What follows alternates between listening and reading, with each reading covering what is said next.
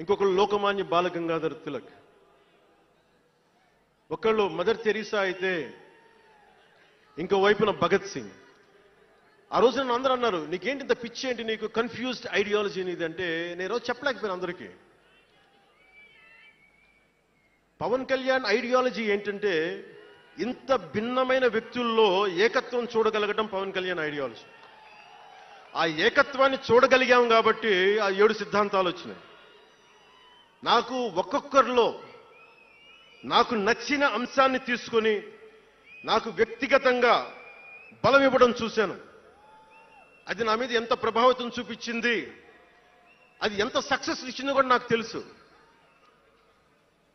అంటే నేను అందరిలాగా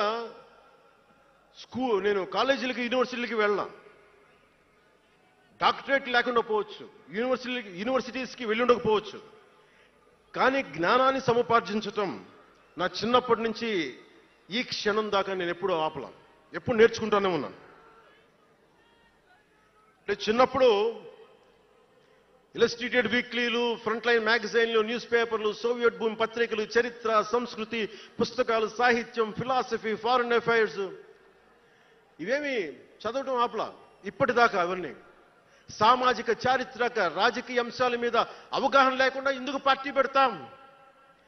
దేశ విభజన, కలోనియల్ చరిత్ర, తిరుగుబాట్లు, చిత్తాగాంగ్, విప్లవ వీరులు, తాకట్టులో భారతదేశం, ఆడమ్ స్మిత్లు, మాల్థూసియన్ థీరీలు చదవకుండా, అర్థం చేసుకోకుండా పార్టీ పెట్టేస్తామా? అంటే ఇవన్నీ ఇంత అవగాహన, ఇంత సామాజిక పరిజ్ఞానం సినిమాలు చేసుకునే వాడికి ఎలా ఉంటుంది అవగాహన అని? అదే కదా. అంటే దానికోసం ఎలా పుట్టాలండి?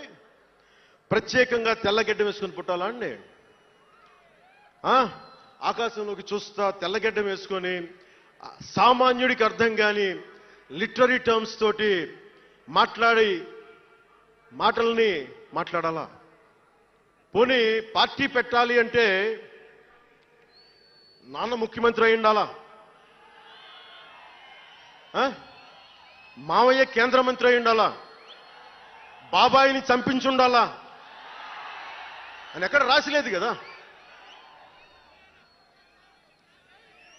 అంటే దశాబ్దం పాటు ఒంటరిగా పార్టీని మొయ్యాలి అంటే ఎన్ని తిట్లు, ఎన్ని అవమానాలు భరించాలి, ఎంత నలిగుండాలి, ఎంత జ్వలించుకుపోవాలి, ఎన్ని పోగొట్టుకోవాలి. వ్యక్తిగత జీవితం నుంచి నా ఆరోగ్యం దాకా అన్ని పోగొట్టుకుంటానే వచ్చాను. దానికి ఈ జయకేతనం